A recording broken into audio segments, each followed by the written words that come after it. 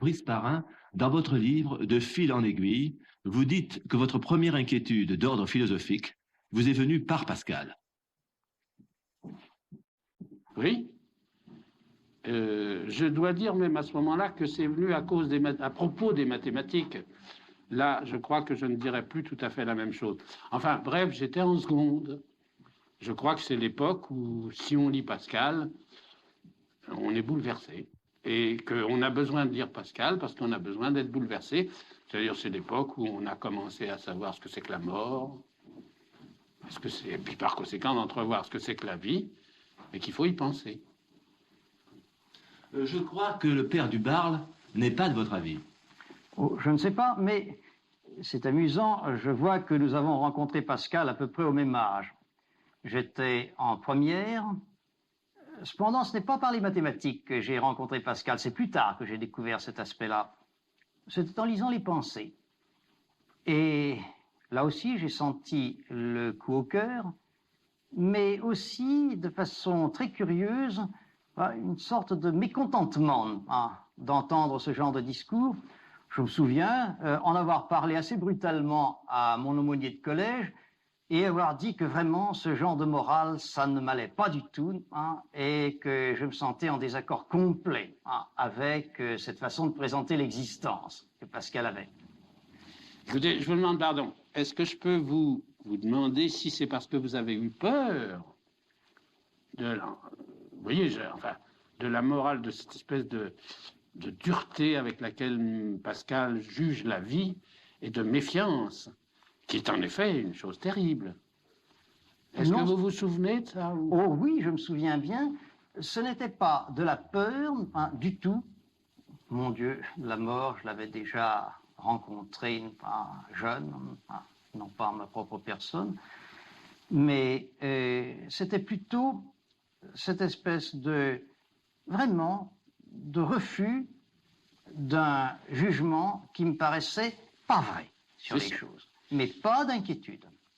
Peut-être le mensonge, parce qu'il y a une accusation terrible de Pascal contre la mauvaise foi de l'homme, enfin, une sorte de quelque chose, c'est le péché originel, c'est le péché, disons originel, enfin le péché capital, le péché fondamental de l'homme, c'est le mensonge. Oui, je pense. Et évidemment, c'est affreux. Venant du père du mensonge, comme nous disons entre chrétiens, c'est épouvantable, et pourtant, il me semble qu'il y a un élément, il est difficile à cerner d'ailleurs, et plus j'ai grandi, plus je me suis interrogé dessus, un élément difficile à cerner de dramatisation indue. Il me semble que, enfin, Pascal a rencontré une note, je dirais volontiers biblique, de l'Ancien Testament, de l'homme chrétien, mais que peut-être il y a quelque chose qui est arrivé après et qui est moins représenté dans cette œuvre. Évidemment, évidemment, il n'y a pas la rédemption, il n'y a pas le droit à la vie dans Pascal. On peut, en lisant Pascal, se demander si on a le droit de vivre. C'est très vrai. Ce qui est vrai, alors, par contre, c'est que tout de même, Pascal n'a jamais contesté le droit de penser. Jamais. Et... Ni le droit de vivre. Ni en somme le droit de vivre. Mais je n'aimerais pas vivre comme Pascal me concède le droit de vivre. C'est ça, c'est vrai. C'est lourd. Ce n'est pas simplement lourd, cela me paraît inexact. Mais pourquoi inexact? Est-ce que c'est parce que... Oui, c'est peut-être parce que vous, au fond, vous croyez qu'il y a une rédemption qui s'est faite, que l'homme n'est pas aussi mauvais, aussi soumis à la misère et surtout au hasard. Oui, disons tout de suite, pour faire bref, il faudra peut-être y revenir, que devant Pascal, il y a une phrase qui m'a toujours possédé, même gosse, et qui m'a habité toute la de ma vie. Bon, c'est le mot de Saint Jean. Pour nous avons cru à l'amour, et ça emporte tout. Alors, ceci dit, je crois qu'il faut peut-être que nous rompions les chiens maintenant. On y reviendra là-dessus. Il faut tout de même parler de Pascal, l'homme de pensée, le mathématicien extraordinaire, cet homme de 1650, me semble-t-il, qui, à 27-30 ans, tout d'un coup trouve l'équilibre, non pas encore tout à fait, pas de notre science classique qui n'arrivera qu'un petit peu plus tard avec le calcul différentiel et intégral, avec Newton, avec Leibniz, 45 ans plus tard. Mais l'homme qui trouve justement l'assiette de cet homme du XVIIe siècle qui sait qu'il a déjà dit à Dieu et au Moyen-Âge et à la Renaissance qu'il est entré dans un monde nouveau, ce monde infini, qui reste encore pour Pascal un certain sujet, pas d'inquiétude, mais enfin qu'il domine et qui annonce alors l'homme qui plus tard arrivera à se placer en face de la planète, de l'univers, peut-être de l'univers en expansion avec ses nébuleuses spirales, et s'interroge alors sur sa situation, sur son rôle et ce qu'il est venu faire, et ce qu'il faut tenter étant homme. En somme, Pascal a été un savant, il aurait pu être un grand savant, il a été un grand savant. On se dit qu'il avait le calcul différentiel au bout des doigts, et il a jeté ça au chien pour se convertir. Voilà le drame, c'est vrai. Je ne sais pas s'il l'a tout à fait jeté au chien. Non, parce qu'il y a eu la roulette, bien sûr. L'histoire des sciences, vous savez, apprend beaucoup de choses. Oui, bien sûr, il y a Valérie qui a dit que Pascal avait perdu son temps à coudre des papiers pas dans ses poches un certain soir de novembre plutôt que de donner à la France la gloire du calcul infinitésimal. Est-ce tout à fait vrai? Sûrement pas. Pour ma propre part, je pense à Pascal plutôt en mettant à son compte cette phrase qu'il a écrite sur Archimède, « Oh, qu'il a éclaté haut au monde des esprits ». Ben oui, Pascal me donne l'impression, par-delà la bonne assiette cartésienne et galiléenne, mais qui n'était pas encore tout à fait la science mécanique, physico-mathématique, du calcul infinitésimal qui n'arrivera que 40 ans plus tard. Pascal est l'homme qui, tout d'un coup, fait partir une fusée étonnante, unique, et qui, je crois, était absolument nécessaire pour que, plus tard, le calcul infinitésimal puisse exister. Vous savez aussi cette phrase admirable de Leibniz, quand il dit qu'il a lu le manuscrit du triangle caractéristique et qu'il est lui-même tout surpris d'avoir vu, comme en se penchant par-dessus l'épaule de son auteur, une clarté que celui-ci n'y avait point aperçue. Bien, je pense que la grandeur de Pascal, comme la grandeur de tout très grand génie scientifique, c'est d'inscrire dans ses œuvres des clartés que d'autres, à une génération suivante, comme par-dessus son épaule, des chiffres. Voilà, je me disais en vous écoutant que, comment dire, vous ne pouvez plus être aussi aussi bouleversé par Pascal, puisque, en somme, vous lui avez obéi. Le fait d'avoir pris une vie religieuse fait que vous avez, pour ainsi dire, vous échappez à Pascal, en somme. Parce que, qu'est-ce que Pascal nous dit? Il nous dit, sans Dieu, vous êtes malheureux, croyez en Dieu. Et au fond, son tourment, c'est qu'il veut nous démontrer qu'il faut. Mais il n'a pas besoin de vous le démontrer, puisque vous le... Vous voyez, oui. Il me semble que là, il y a la différence entre nous et... Ben, je vais vous dire une chose qui va peut-être vous surprendre. Bien, c'est que le tourment de Dieu, je l'ai trouvé plutôt après que je sois entré en religion qu'avant. Avant, je me sentais assez mon aise. J'étais d'une famille chrétienne, bon, très bien. Et puis, j'ai eu en effet l'étrange idée d'entrer en religion. Ça m'a venu très, très rapidement. Je pensais que les affaires étaient bien réglées. Et déjà à cette époque-là, j'étais en réaction contre Pascal, que je trouvais franchement un peu trop dramatique, un petit peu trop angoissé, faisant à propos de choses qui me semblaient aller de soi une sorte de rhétorique. Oui. Alors, effectivement, ensuite, j'ai vu quelquefois ce qu'il pouvait y avoir, pas derrière cette rhétorique, certains abîmes, certains déserts et ces puissants eaux dans de longs itinéraires de sable sec. Il y avait aussi certainement cela, mais ce n'est peut-être pas tout à fait de la même façon que je l'ai trouvé. Et puis, Pascal m'a quelquefois choqué, je dois dire, par son âpreté mal digérée. C'est peut-être injuste d'ailleurs de le dire. J'ai compris plus tard pourquoi il avait été si dur dans les provinciales, mais encore maintenant, je trouve tout de même qu'il a été quelquefois bien dur et que, dans certains cas, ce n'est peut-être pas tellement la véritable dureté de l'Évangile qui parle à travers certaines de ces phrases, mais quelquefois aussi peut-être la puissance du style qui emporte l'homme. Je ne peux pas dire que je sois un croyant. Je ne peux pas dire que je sois aussi croyant, si vous voulez, que si j'étais religieux. Religieux au sens s'ils avaient adopté une vie religieuse. Par conséquent, là, il y a quelque chose où je me sens peut-être plus proche, plus... Car j'ai la même anxiété, la même inquiétude. Je me demande où la raison va là dans tout cela. Je me demande alors s'il ne faut pas essayer de regarder un petit peu justement le Pascal mathématicien qui a découvert et compris, plus profondément même que pendant 2 siècles on ne l'a compris, le calcul des probabilités. Pascal ne disait pas le calcul des probabilités, il disait la règle des parties, et en donnant donc à ce genre de mathématiques la signification d'un geste, à la fois de raison et aussi d'autre chose que la raison telle qu'elle se comprenait traditionnellement dans ce calcul.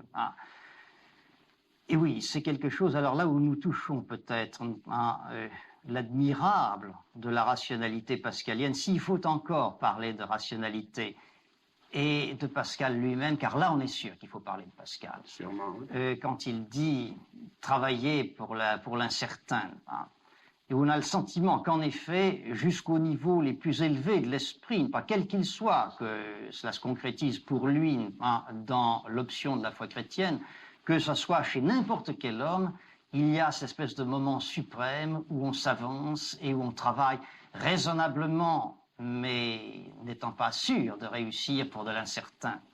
C'est peut-être ça qui fait en effet la plus grande grandeur de Pascal. Ce qui me gêne n'est pas du tout cela.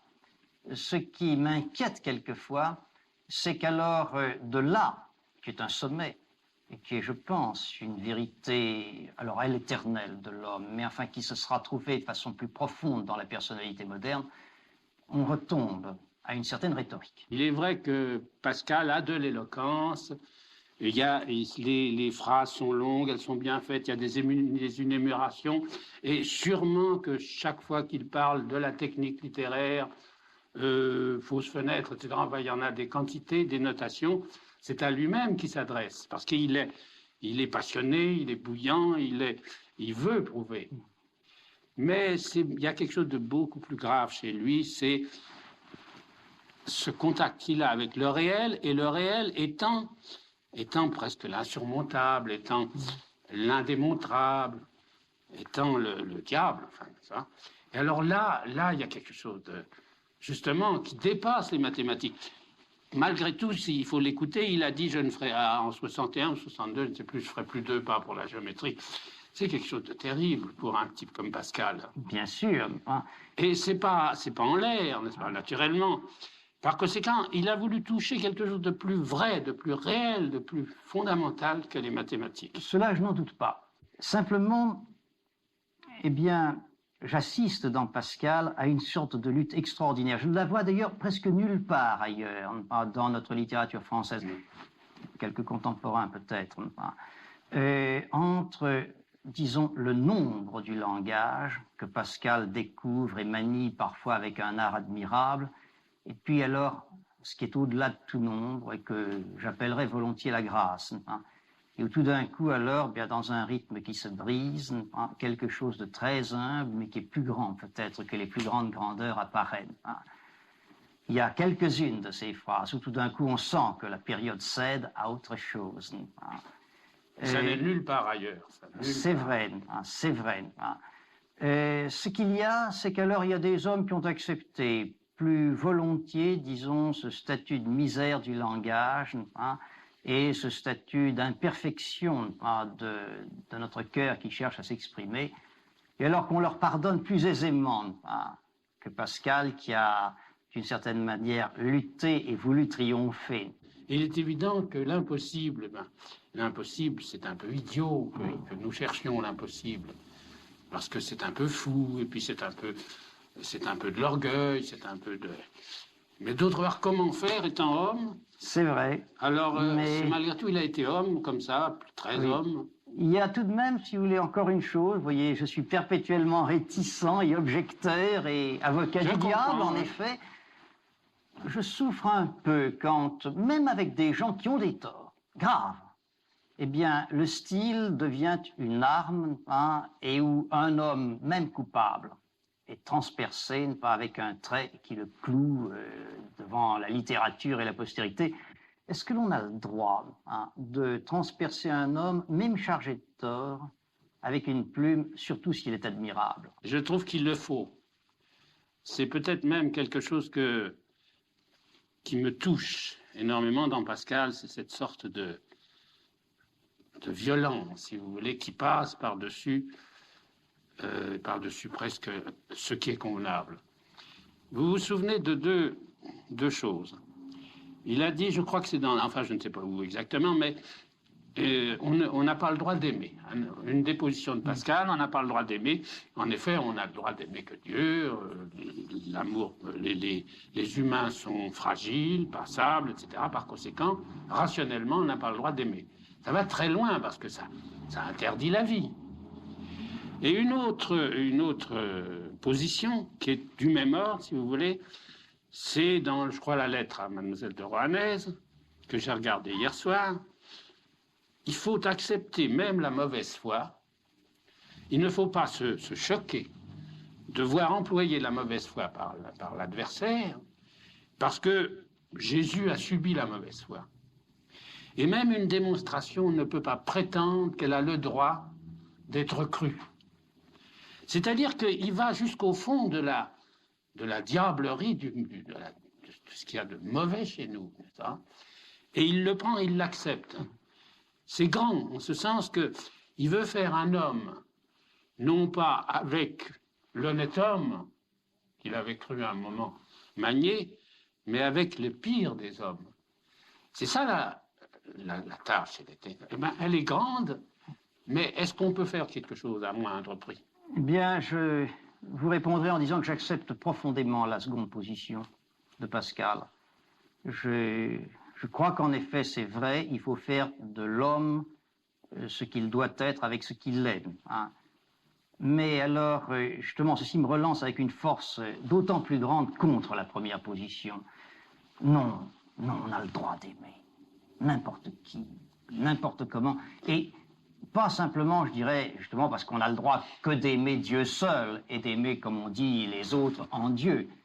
Mais je pense que les circuits de l'amour de Dieu commencent d'abord par l'amour des hommes, des pauvres hommes, et puis ensuite, eh bien, celui qui est Dieu sait mener cette affaire-là où il veut. Non seulement on a le droit, mais je pense qu'on a une sorte d'obligation impérieuse de tous les instants. Et d'ailleurs, ici, peut-être que les contradictoires se rejoignent. Eh bien, voyez, l'obligation impérieuse, je trouve que votre expression est plus juste que le droit.